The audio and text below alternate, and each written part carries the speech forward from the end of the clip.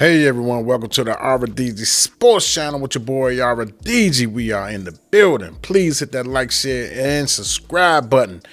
Don't forget to hit that notification button so you will be up and informed whenever I drop the new video. Let's get right into it, y'all. Let's get right into it. I know it's been a couple of days since the game, but I had to compartmentalize everything.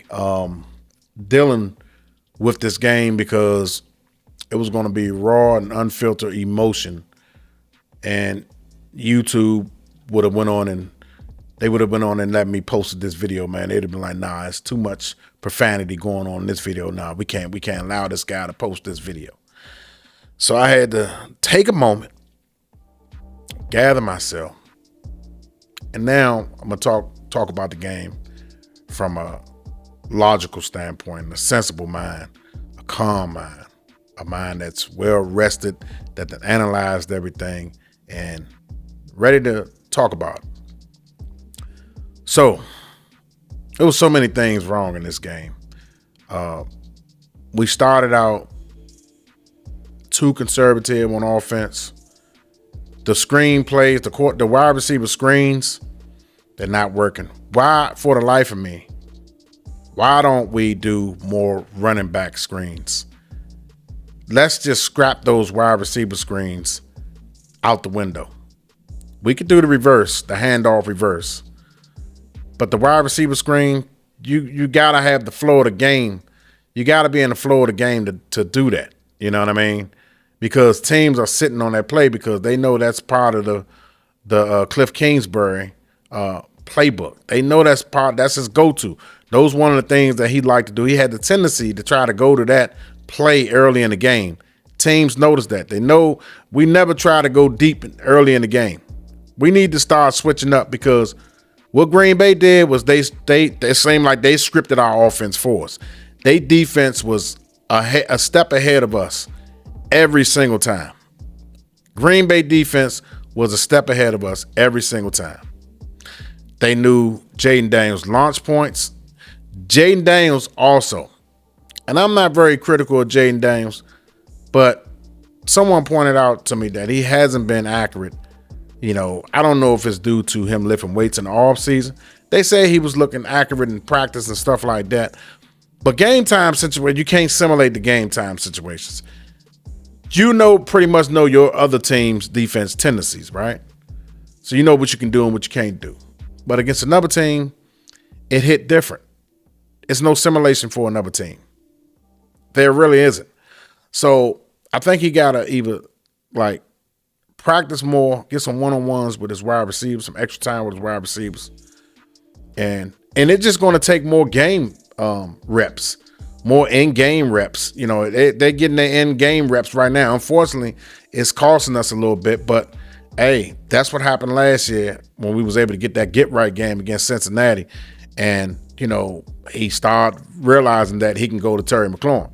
But now he's putting a little bit too much on the ball. That's 2 times in 2 weeks, you know, in 2 games that he's overthrown Terry McLaurin.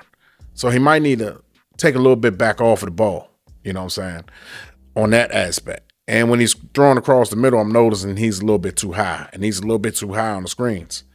And I'm wondering, was that the reason why they took out JCM? You know, you didn't see him no more after that screen attempt.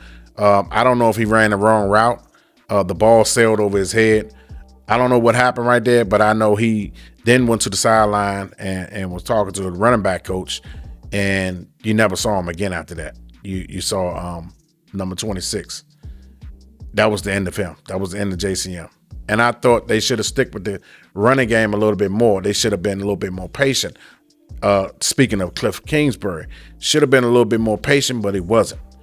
And those type of things, when you become one-dimensional, it's easy for the defensive lineman to pin their ears back, a la Michael Parsons. You know, this guy had several attempts. This guy got like a sack and a half, I guess. We got to do better. We got to have a better game plan for Michael Parsons. We got to roll that pocket out. Yeah, he's going to get in there. It's hard to try to combat and neutralize pressure like that from one player. because he's so dynamic and he moves around so much on the offensive line against along the line of scrimmage that it's kind of hard to pinpoint. And they do it strategically, which they supposed to do, but it's kind of hard to pinpoint. I think you should keep the running back in. Wherever he's penetrating at, I think you want to have your running back go assist in the inside because he was attacking our inside. And when he was lined up on the outside, he would hit our offensive lineman with an inside move. And therefore, he drew one holding penalty. Then he almost drew another one against Laramie Tunsil, I mean. So we now that we went up against him, if we meet him again, I think we'll know how to neutralize him a little bit better than what we did. I mean, he definitely changed the complexity of the game on defense because had they not traded for him and we played, because I actually circled this as a win. I didn't know he was gonna make an impact that fast with Green Bay. I didn't see that one coming. You know what I'm saying? So even when they traded for him, I had already predicted us beating them early on. But when he came, I kind of was skeptical, but then I was like, nah, he's not in game shape. He's only going to take a minimum. He's only going to have a minimum reps. He's not going to have a whole lot. He's going to make an impact while he's in there, of course, but we're going to come surpass that and get over that. And that's what I thought. I thought we was going to build a lead, and then we was able to ground and pound and neutralize them that way and run at them. But we still should have ran at them when the score was 7-0. I was not impressed with the defense at all. The defense, a play caller at all. Joe Witt has to do a better job of calling the defense. I think strategically, personnel-wise, we had the players to match up with Green Bay, but I think strategically the game plan, it was not effective at all. We neutralized the running game. They didn't have a strong running game. They didn't have Watson playing this game. Golden didn't go berserk against us. They had other guys that stepped up to the plate and was able to go after Lattimore early. You know what I'm saying? We thought Lattimore was going to hold up man-to-man. Apparently, he's still the same old Lattimore that he was last year. And he doesn't have an excuse this time. Last year he had an excuse. I gave him an excuse. His hamstring, soft tissue injury. This year, it's no excuse.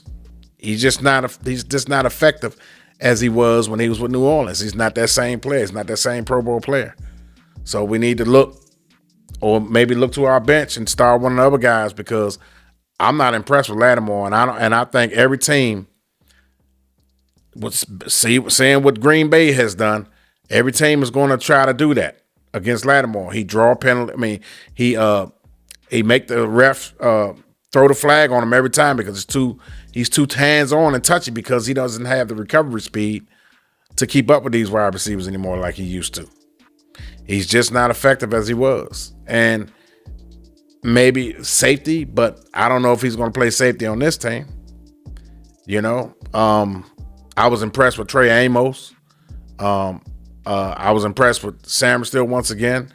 I was impressed with Armstrong. I was impressed with Ken Law. Bobby Wagner gave up the big long. I think it was a miscommunication. He gave up the long pass to the tight end for Green Bay. Louvu, I don't know what's going on with Louvu this year, but Louvu is not in the right places. He missed a tackle. Louvu needs to step his game up. Period, point blank. He needs to step. We need more out of Louvu. The Giant game, his number was hardly called. He got ran over in that game or missed a tackle in that game. This game, same thing. He was lost in space. He got beat on about a tight end by at least 10 yards because I think he was confused on what his duties was. You know what I'm saying? So we need to get our linebackers on the same page because the tight ends, you saw what the tight end did this game. Good teams know how to attack other teams' weaknesses. So far, Bobby Wagner and Louvu has been a weakness. That tight end had a huge game. I think our defensive players, Harris, he needs to tackle better. Quan Martin needs to tackle better. We can step up. We can step up on defense, man. We can do better. Our coaches can coach better on defense, especially the defensive coordinator calling that crap that he called. Cliff Kingsbury on offense calling that crap that he called. Terry McLaurin needs to step up. Some may say, oh, he didn't play I don't care. He's a professional. He played with Jaden Daniels all last year. Good players find a way to get open. Good players command the ball. Command the ball. Be a diva for once. Don't sit there and be quiet when we need you. He had, I want to say Terry McLaurin had, let's go to my stats here. Go to my stats. Terry McLaurin had 5 passes, 5 catches for 48 yards. And he also passed Art Monk for the most receptions in the player's first 7 seasons in franchise history with 461 yards. McLaurin has 300 receiving yards in 4 career games against Green Bay, which is the most in his career against a single team outside of the NFC East. So go figure. And that was against Alexander, one of the tops in the league, cornerbacks in the league. Deebo Samuels got to step up, recorded 7 receptions, 44 yards and a touchdown. Samuels had a 50-yard kickoff return and his longest since week 15. I don't agree with that. I don't agree that he should be returning kicks because we need him in the game, But these guys are getting paid 20 and more millions of dollars per season. These guys supposed to be our go-to guys. Jaden Lane is still learning on the job, the wide receiver. McCaffrey can't get separation for some reason, or he just not getting playing time to prove that he can get separation. So maybe we ought to get him more involved. Noah Brown, 2 catches that he dropped, that he should have had. We need guys to step up when Jaden Daniels was struggling, and when we playing against a defense that got good coverage, solid defensive front, and fast as I don't know what, you got to capitalize and make all these catches. You don't have wiggle room to drop catches like this. Now, thank goodness we didn't have no turnovers the last 2 games. Our first 2 games, no turnovers. That's great, but we only averaging 20 points a game. That's not good. Only averaging 20 points and giving up like 20 points a game. So right now we're a 500 team, which is what our record is, 500. I think we're a little bit better than 500. Some may say don't panic, man. It's early in the season. I'm not panicking because I know we can play better. I know for a fact we can play better, and I'm still believing this thing to make the playoffs. I'm not going to hit the panic button at all because it's too early. We got the Raiders coming up, which is not an easy game. Raiders is a tough team. We got to play these boys hard and tough. So we got our work cut out for us. So I'm looking forward to the competition, but we got to play better. That's all we have to do. We got to coach better, and we got to play better. That's just the bottom line. There's no ends and betweens in it. It's you play better.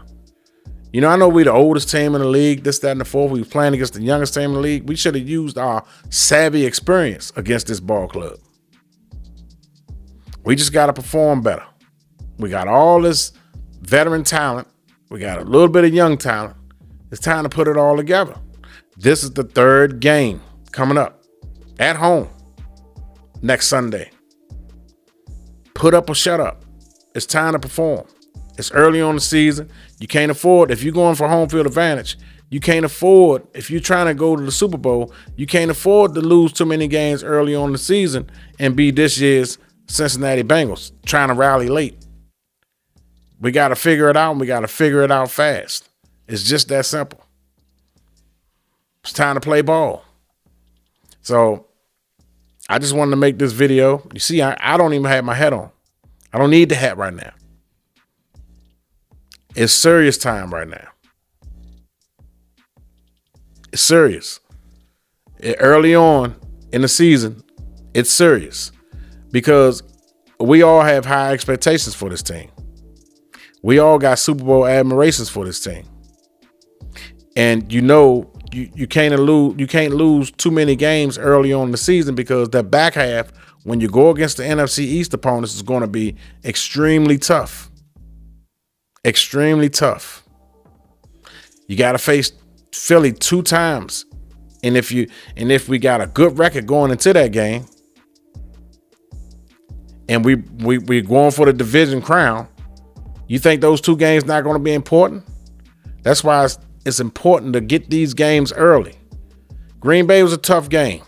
Okay, it's hard to go in Lambeau and win, but that's the reason why you want to try to get home field advantage, so you don't have to go to Lambeau Field in January, late January, when it's cold and snowy out there, when it's really going to be tough. So you want to go ahead and get these games and have the home field advantage and have it at Northwest Stadium. Let the road come through you. And you do that by winning enough games to qualify for home field advantage. That's how you do it. So we need to tighten up. As a team, as a coaching staff, we need to tighten up. Anybody want to put something in here in the comments? Please feel free. Chime in the comments. I want to see what you guys' opinion. I want to see how you guys feel about this. Let me know in the comments how you guys feel about this. I just wanted to come on here and vent a little bit and rant about these Commanders. We believe in this team. I know you guys believe in it just like I do. I still think we could do a lot this year. It's not all bad. It's not all bad. In fact, I believe we still can do this. We just got to improve, but we got to improve quickly. We got some injuries. My condolences go out to, prayers go out to Austin Eckler, and Dietrich Wise. You know what I'm saying? Those guys put in a lot of effort this summer training camp. I'm pretty sure they had high hopes and they had goals. And in fact, I think this was Eckler's last season under contract, so he wanted to come out and have a big year. My prayers goes out to him. You know what I'm saying? And hopefully he have a speedy recovery. The same with Dietrich Wise. I said this in the beginning, but I didn't make a video about it. Barring any injury, I like our chances, but sometimes injuries can either be a good thing or a bad thing, because it allows others to get more playing time, and sometimes that can provide a spark, to your team. You got something that you didn't know you had. Now that they're getting more playing time, more experience. Talking about JCM. Rodriguez, I don't know for the life of me. I don't know why they got number 26 in over Rodriguez. I don't get that part. I really don't. I think Rodriguez is a better overall running back than they. But hey, what do I know? I'm not saying them every day. Maybe they know something that I can't see. But I was the same guy talking about Brian Robinson on Fitness Club, and what did they do? They got rid of him. I thought Rodriguez was going to be starting this year, and JCM, they slowly get JCM in there. And I thought Eckler was going to be your third down back, sometimes your second down back. And sometimes a 2-back set. That's the way I envisioned it. But hey, what do I know? I'm just a fan who does a podcast about his favorite team. That's it. Anyway, ladies and gentlemen, I hope you all enjoyed this video today.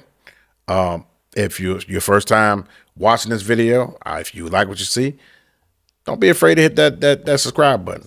It's free. You don't have to pay. Hit the subscribe button, hit that notification button, that bell, hit that too. That way you'll be informed of the latest videos that I drop. With that being said, it's the RD Sports Channel. Peace.